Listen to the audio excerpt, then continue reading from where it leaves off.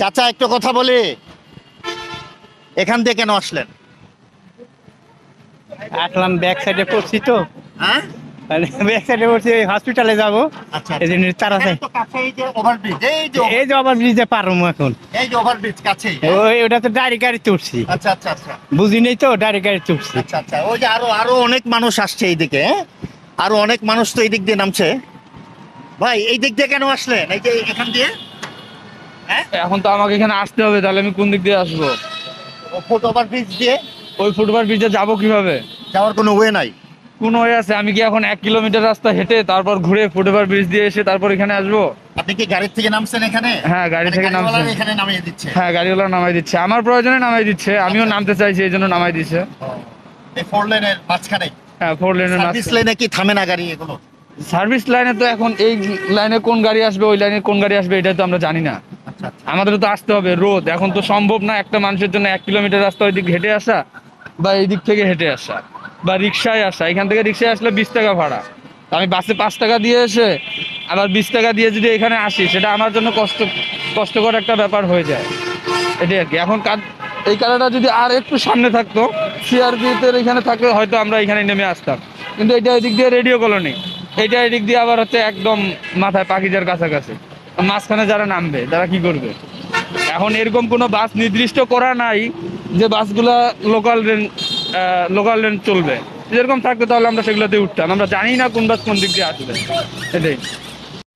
দর্শক, এটা হচ্ছে ঢাকা রিচা মহাসড়ক। আমি দাঁড়িয়ে আছি ঢাকা রিচা মহাসড়কের সাভার বাস স্ট্যান্ডে। ভাই এই রাস্তা পার হয়ে আসলেন এইভাবে, হ্যাঁ ভাই? মানে এই দিক দিয়ে আসলেন কেন? মানে মানে এই যে এটা টপকি আসলেন কেন? এখন এইখানে নামাই দিছে, নামবো কোথায়? এখানে আর নামাই বলতে দিছে? যে, হ্যাঁ ও আচ্ছা আচ্ছা এখানে তো অবশ্যই এই কাটা রাখা দরকার ছিল। এখন আমি যদি ওই কাটায় নামি, আমার বাসা এখানে, আমার আরো 20 টাকা উল্টা রিটার্ন রিক্সা ভাড়া দিয়ে আসতে হয়। মানে গাড়িওয়ালারা ইচ্ছা করে নামাই দেয় ফোর লেনের এই মাঝখানে? ইচ্ছা করে নামায় না, এখানে নামছি আমার সুবিধার্থে। আচ্ছা চাকা ভাইয়া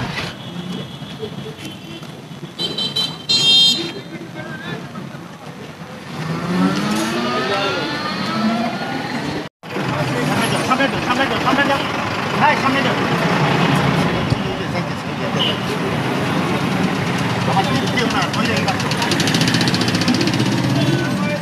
গাড়িতে উঠতেছে, দেখো দেখো।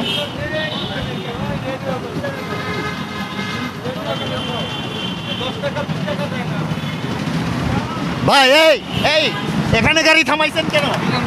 এইখানে থামানো নিষেধ নাকি? হ্যাঁ নিশ্চয় তো, এটা সার্ভিস লাইন না তো, এটা তো সার্ভিস লাইন না, ফোর লেন। এই এখানে কেন গাড়ি গাড়ি এখানে থামাইছেন কেন? হ্যাঁ গাড়ি ধরো ধরো ধরো।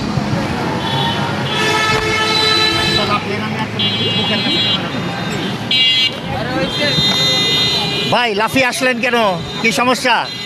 হ্যাঁ ভাইজান, লাফিয়ে নামলেন?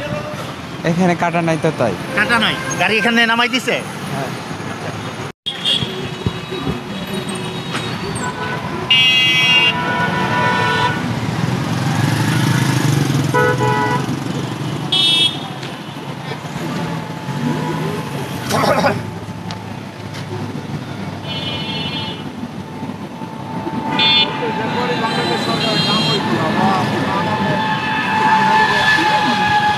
আসসালামু আলাইকুম। কষ্ট হইল না এই দিক দিয়ে আসতে?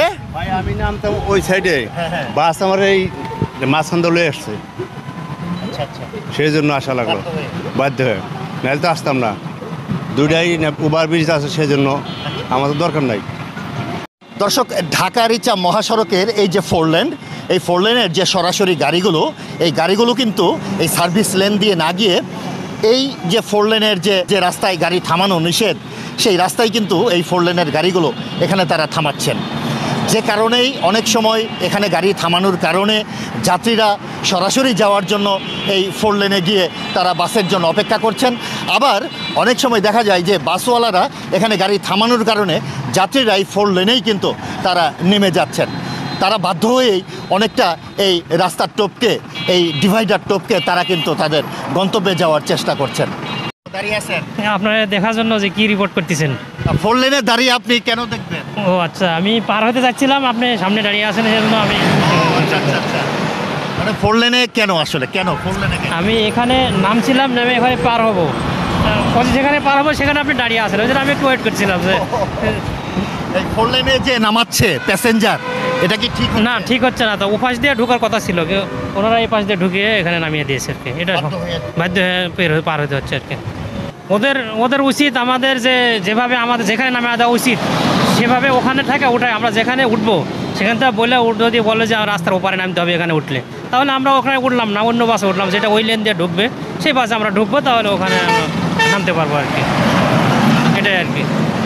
আপনাদের জীবনের ঝুঁকি না এখানে? অবশ্যই এখানে ঝুঁকি তো অবশ্যই। ঢাকা রিচা মহাসড়কের সাভার বাস স্ট্যান্ডের এমন দৃশ্য অনেক দিন যাবৎ চলে আসলেও এগুলো বন্ধের জন্য কোনো আইনি ব্যবস্থা কিন্তু আজও পর্যন্ত গ্রহণ করা হয়নি, এমনটি কিন্তু জানিয়েছেন আমাদেরকে আশেপাশের লোকজন। বিশেষ করে এই মহাসড়কের ফোর লেনে যাতে গাড়ি না থামে এবং যাত্রীরা নেমে যাতে এই ডিভাইডার পার হয়ে আসতে না পারে, এর জন্য কিন্তু প্রতিনিয়ত এখানে ট্রাফিকিং ব্যবস্থা জোরদার করার আহ্বান জানিয়েছেন সাধারণ মানুষ। তোফাসানি, গ্লোবাল টেলিভিশন, সাভার, ঢাকা।